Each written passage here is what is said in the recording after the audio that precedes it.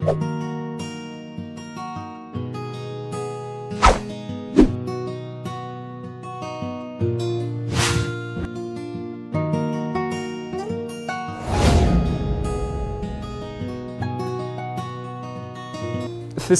international de slam poésie du Congo, 3e édition. Salut la famille, vous êtes sur Arc-en-Ciel Télévision dans l'émission culturelle Piédestal à la rencontre bien évidemment de Jonathan, le jeune slammer de la ville de Lubumbashi. Il fait bien son travail.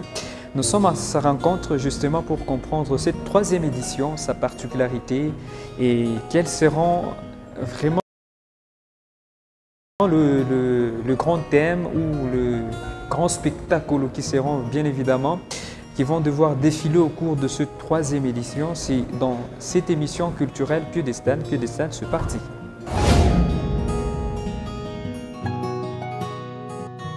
Et voilà, il est avec moi sur ce plateau de Arc-en-Ciel Télévision. Il s'appelle Jonathan Tomba. Je t'ai appelé jeune, tu souris. Comment tu vas? Ça va très bien et vous? Ça va très très bien. Super. Et Jonathan qui a commencé le slam il y a très longtemps. Et aujourd'hui, on peut dire Jonathan grandit. Oui, Jonathan grandit avec le slam, dans le slam, et voilà. Donc voilà, bientôt là, on sera vieux dans ce domaine. Et voilà, je suis content de savoir qu'on grandit avec cette discipline. Voilà. Je t'ai appelé jeune. Quelle est ton impression? Oui, jeune, ce n'est pas un souci parce que on dit quand on est jeune, c'est pour toute la vie. Étant jeune, en fait, la jeunesse, c'est sur le plan mental, c'est le cerveau qui ne vieillit pas. C'est comme aujourd'hui, on peut trouver des vieux des 20 ans, qu'on peut trouver des jeunes des 80 ans. Parfait. Donc la jeunesse n'est qu'un état d'esprit. Un état d'esprit. Ouais. Très bien dit, Jonathan. On est dans l'optique ou dans la thématique un arbre, une vie. Et c'est cette 3e édition, c'est beaucoup plus dans l'environnement que vous allez devoir tourner votre édition. Alors, tout d'abord, comprendre un arbre, une vie. Vous faites allusion à quoi? Oui, un arbre, une vie, nous faisons allusion à la vie elle-même. Parce qu'aujourd'hui, comme je l'ai dit, notre festival travaille sur la protection de l'environnement depuis la 1re édition. Aujourd'hui, nous sommes à la 3e édition. Voilà notre ligne, hein, si je peux dire notre ligne éditoriale. Voilà, c'est sur la protection de l'environnement. Chaque année, nous prenons différents thèmes pour essayer de sensibiliser les gens, essayer de parler, en fait, d'éveiller la population ou encore essayer de pouvoir donner notre vision du monde parce que quand les choses changent plutôt, nous sommes aussi appelés à changer. Parfait. Alors voilà pourquoi nous nous sommes dit pourquoi ne pas mettre en place un festival qui va travailler dans la protection de l'environnement. Cette année, un arbre à une vie. Pourquoi? Parce que en même temps, si aujourd'hui on dit que nous sommes plus de 8 milliards sur Terre, je pense, et si on essayait de planter au moins un arbre par chacun, parce que sachant que l'arbre porte la vie, l'arbre nous donne de l'oxygène et tout. Et aujourd'hui, nous nous sommes rendus compte que le Lubumbashi d'antan est différent de Lubumbashi d'aujourd'hui. Si vous voyez à l'extérieur, partout il fait un peu très chaud. Pendant cette saison sèche, il fait tellement chaud parce qu'il n'y a pas d'arbres sur la ville. Justement. On coupe tout parce qu'il y a les Philistins qui viennent, qui construisent un peu en désordre. Et puis après, on s'est dit, bon, finalement, on sera où demain? On ne pourra plus porter des costards. On va marcher tous en polo, en senga, en centre-ville, c'est un peu compliqué. Voilà pourquoi nous, on s'est dit, on peut quand même, à travers l'art oratoire qui est le slam poésie, cette nouvelle forme d'art oratoire, on peut quand même sensibiliser les gens, que les gens comprennent que non, la protection de l'environnement est une question très très capitale pour nous tous. Donc c'est voilà l'objectif de ces thèmes-là, un arbre, une vie. Donc pour nous, un arbre égale une vie. Parfait. Donc un arbre vaut une vie en fait. Super. Sa 3e Si nous avons 500 personnes en festival, si au moins ces 500 personnes arrivaient à planter un arbre à la maison ou quelque part, c'est une vie. C'est une vie déjà qui se construit. Bien dit Jonathan. La 2e édition, on a beaucoup plus nagé sur le vert vert. Vert vert, oui, c'était donc la transition entre le plastique et le verre, voilà, qui endure. C'est juste un pas, vert vert, un arbre, une vie, c'est juste pas. Et la 1re édition, c'était écologique. Super. Ouais. Alors, quelle est la particularité pour cette année? Chaque année, notre festival a au moins une particularité. Nous essayons d'ajouter des choses, nous essayons de toujours en fait améliorer notre manière de faire les choses, d'ajouter en fait des nouvelles perspectives. Mais cette année, il y a beaucoup de particularités, s'il faut dire aussi. Premièrement, nous aurons une journée sportive, hein.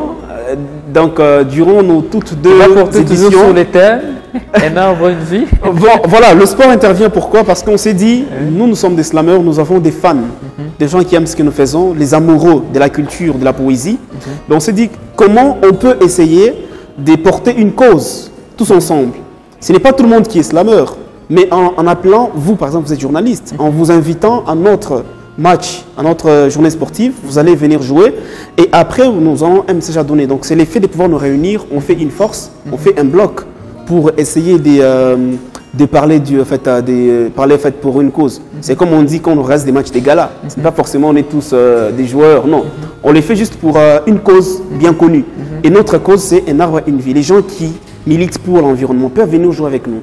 On se dit qu'on voilà, on a vu telle personne parce que la personne milite pour telle cause. Et c'est dans ce sens-là que nous avons essayé d'organiser cette journée sportive. Et aussi, moi je suis un grand footballeur. Ça sera l'occasion pour moi de remettre encore les crampons, c'est ça? Oui. Et puis voilà, voir dans quelle mesure on va jouer. Super. Il y a un public ciblé pour chaque édition. Ouais. Vous avez toujours un public ciblé. On a parlé de l'écologie, première édition, Vert Vert, deuxième édition. Aujourd'hui, nous sommes à sa troisième édition, Un arbre, une vie. Il y a aussi un public ciblé puisqu'on parle c'est l'environnement. Et quel est votre public cible? Si je me fais comprendre. Oui, principalement, il faut comprendre que on n'a forcément pas de public ciblé complètement. Mais d'abord, nous, notre cible, c'est la jeunesse, principalement. Mais quand il s'agit de l'environnement, c'est tout le monde. C'est tout le monde. C'est une cause commune. C'est en général. C'est en général, voilà. Donc nous envisageons que tout le monde puisse comprendre que quand nous allons passer peut-être avec des baffles ici pour parler, nous allons parler pour que tout le monde puisse comprendre que nous devons planter des arbres. Justement. Nous devons privilégier beaucoup plus les arbres que les pavés. Un peu, vous voyez. Le Lubumbashi d'antan était voilà, très intéressant hein, que le Lubumbashi d'aujourd'hui qui fait chaud, qu'on est en train de construire un peu partout. Vous voyez, donc c'est dans ce sens-là. Notre public cible, c'est aussi, principalement, c'est d'abord les jeunes, mais quand il s'agit de l'environnement, c'est une question qui attend tout le monde. Qui attend tout le monde. Voilà, sans partie. Super. Vous avez dit dans votre élément, il y a la sensibilisation. Comment est-ce que vous allez partir cette année pour sensibiliser le public à travers cette troisième édition, Jonathan? Sensibiliser le public à travers cette troisième édition, comment vous allez le faire? Voilà, nous avons déjà des ateliers que nous organisons au sein des écoles. Et les ateliers portent sur l'écriture, mais en général, on leur demande de nous dire, d'écrire un texte sur la protection de l'environnement et dire aux enfants que le monde, l'univers a besoin de la protection de l'environnement. Bien que vous avez besoin de construire, d'être plus moderne, mais n'oubliez pas quand même, dans votre parcelle, avoir juste ne fût-ce qu'un arbre. Donc si les enfants grandissent avec cette philosophie, de comprendre que, ok, sans l'environnement, il n'y a pas de vie humaine. Vous comprenez? Et en dehors de ça, en dehors des ateliers, également le match de football que nous avons organisé, donc la journée sportive, nous allons aussi profiter pour lancer un message sur la protection de l'environnement, sur la plantation des arbres. Peu importe, fruitier ou pas, mais quand même un arbre. Un arbre, parfait. Et en rapport avec le test, avec l'environnement, le thème, ça va corroborer puisqu'il y a des invités, notamment qui viendront pour essayer de sensibiliser aussi. Est-ce que ce thème, il est aussi international? Est-ce que ce thème touche seulement le Congo ou bien ça va aussi toucher le Gabon? Ça va toucher aussi l'Est du pays parce qu'il y a un invité qui vient de là, aussi du Gabon, si je ne me trompe pas. Ouais, très belle question. Sachant si le thème va toucher le Gabon, c'est l'environnement. Ouais. Alors nous sommes l'espace Lubumbashi. Ben oui. Alors il y a des invités qui vont venir d'ailleurs. L'Est, il y a le Gabon aussi. Jonathan. Ben oui, ça va toucher tout le monde parce qu'au Gabon, il n'y a pas d'arbres. Il y en a, à l'Est, il y en a. Ça veut dire que si, peu importe où vous vivez en fait, on sait que l'arbre, il y a des arbres un peu partout. Si vous savez que dans votre quartier, dans votre coin, dans votre fief, il y a des arbres, vous devez savoir que ces festivals vous intéressent. Et lorsque le monsieur du Gabon va se déplacer, il a envie ou il est mort? Il a envie. Ça veut dire que voilà, il est aussi intéressé. Donc, ce thème, il est international. Pourquoi il intéresse tout le monde. Vous dites? Pourquoi il est international? Parce que la question de l'environnement environnementale touche tout le monde. Touche tout le monde. Les arbres sont partout. Planter les arbres n'est pas une affaire seulement des Européens ou des Africains. C'est une affaire de tout le monde. Voilà pourquoi on dit que le thème, il est international. Et donc, c'est un message lancé à tout le monde. C'est un message lancé à tout le monde, mais nous les lançons à partir de Lubumbashi. Super. Et pourquoi le choix de l'Est et du Gabon, des deux invités qui nous viennent pour émailler cet événement? Oui, en dehors d'être un festival qui travaille sur des questions écologiques, nous travaillons également dans l'échange culturel entre Lubumbashi et d'autres coins du pays, entre Lubumbashi et d'autres coins du monde, qui est notamment le Gabon, qui est le Tchad et d'autres pays.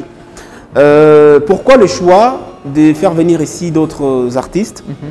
L'échange culturel est très environnementaliste, oui, environnemental. Oui, l'échange culturel est très important. Très important. Quand nous faisons venir ici les gens qui viennent d'ailleurs, c'est aussi essayer de partager leur expérience, leur manière de faire les choses. Voilà, peut-être animer quelques ateliers et aussi venir nous faire découvrir la vision du monde selon lui, la vision du monde selon les Gabons.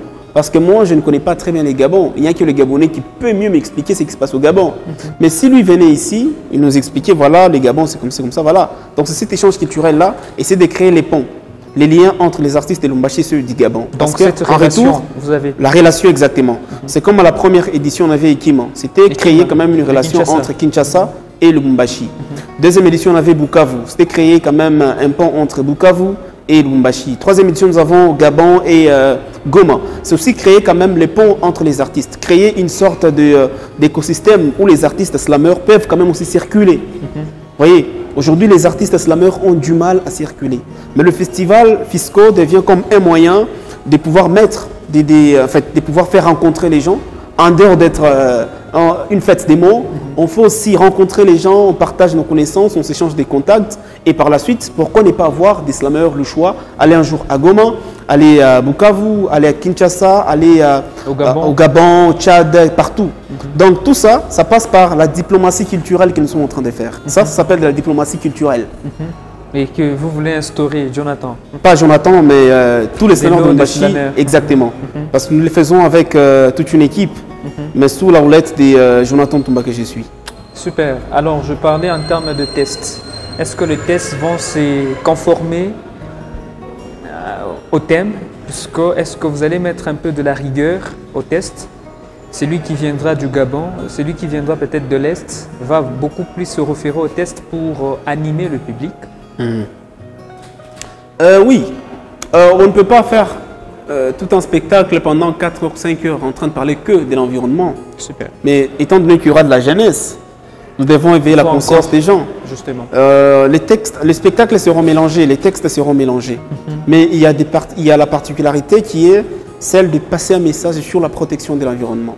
Mais il faut comprendre que, voilà, nous allons parler de l'amour, de la vie, des gourmets, on va faire les Congossa, on va parler de tout ça.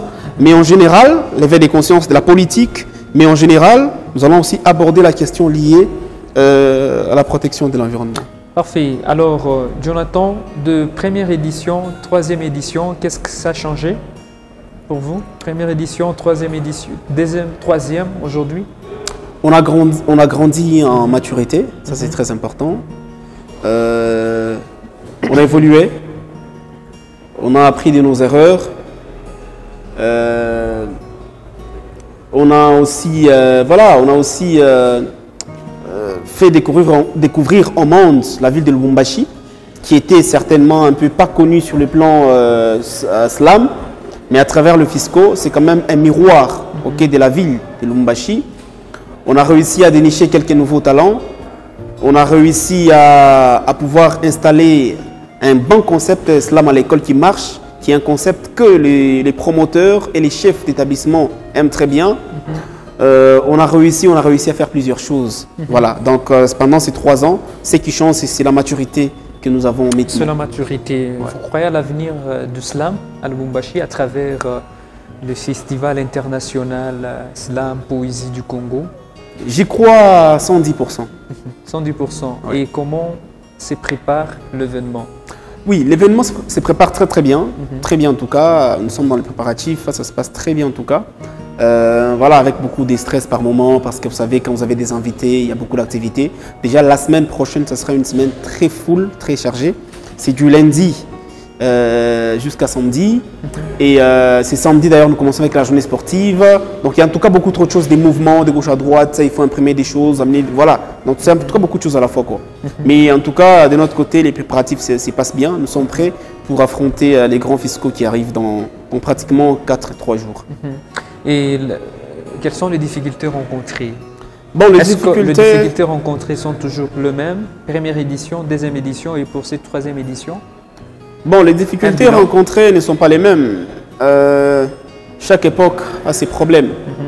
Et aujourd'hui, les difficultés que nous rencontrons, c'est peut-être lié toujours, parce que nous, on est des culturels, on a toujours besoin d'argent. C'est peut-être lié au financement, à l'accompagnement du gouvernement, parce que le gouvernement n'est pas forcément impliqué dans les activités purement culturelles.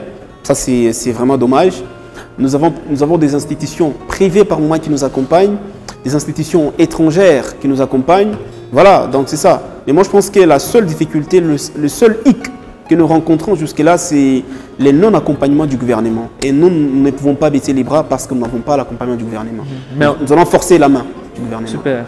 Un arbre, une vie, ça va vraiment se dire partout?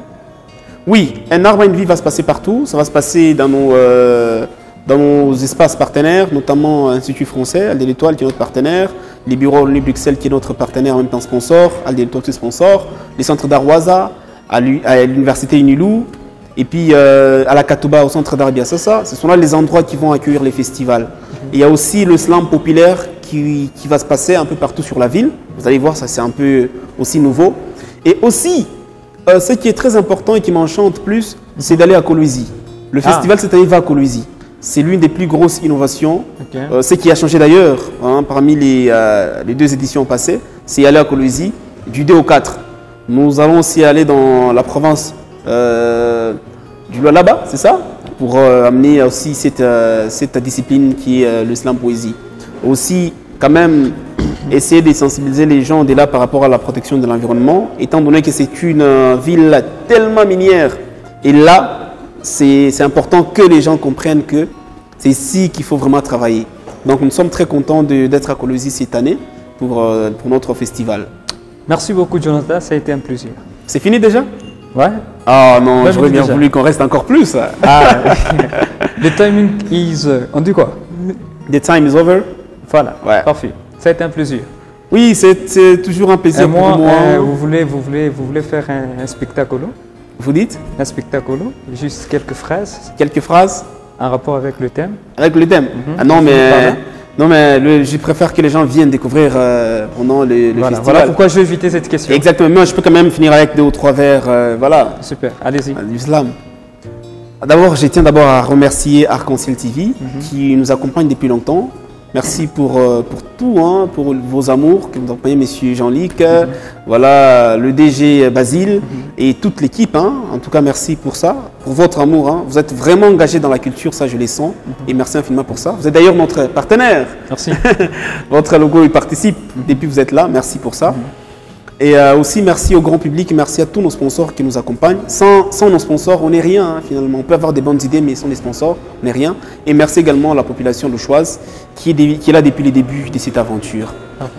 Et pour finir, donc, à la base, je voulais écrire un haïku. 5, 7, 5, 17 syllabes du coup. Comme les poètes Masaoka Shiki, j'écris par saison et non par envie.